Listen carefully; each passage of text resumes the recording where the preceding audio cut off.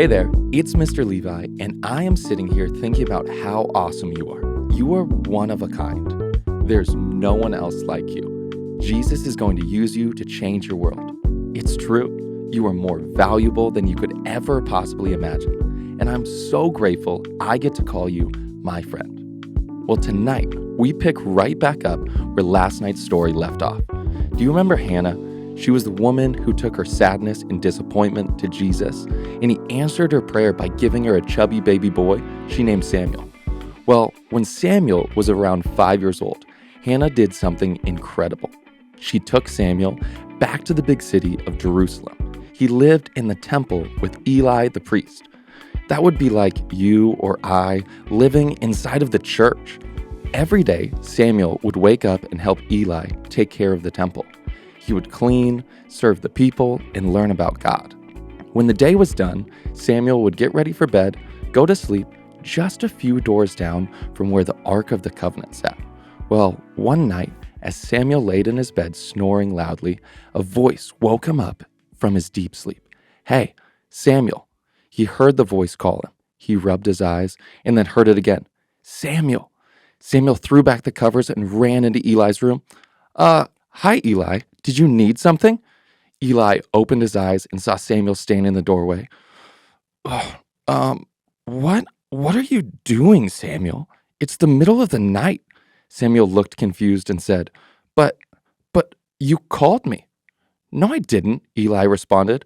"I was in the middle of a dream. Go back to sleep." Confused, Samuel returned around and hopped back into his bed and went back to sleep. Sometime later, the voice woke up Samuel again. "Samuel," it called out. "Hey, Samuel." Samuel jumped out of bed a second time and ran into Eli's room. "That had to be you calling me this time," Samuel said. Now, have you ever gone into your parents' room multiple times in one night? Did they get a little irritated the second or the third time you knocked on the door? Well, yeah, parents tend to do that. And Eli was no different.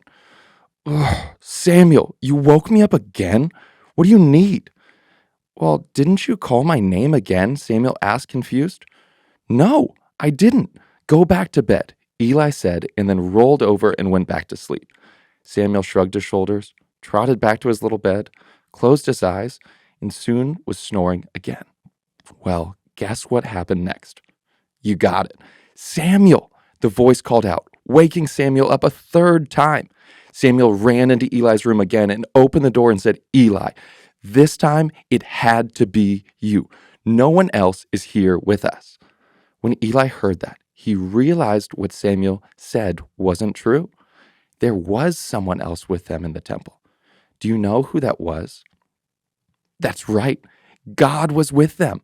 The light bulb went off in Eli's head and he smiled.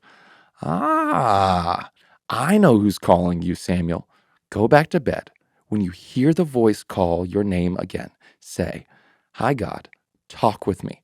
I am listening.'" So Samuel ran back to his bed and laid down. And in the darkness, Samuel heard the voice say his name again. "Samuel."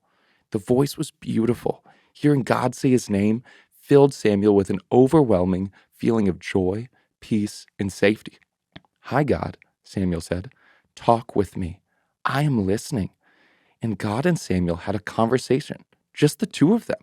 For the rest of his life, Samuel and God were best friends. They talked all the time, and God used Samuel to help and serve people everywhere he went. Because every best friendship starts with one conversation.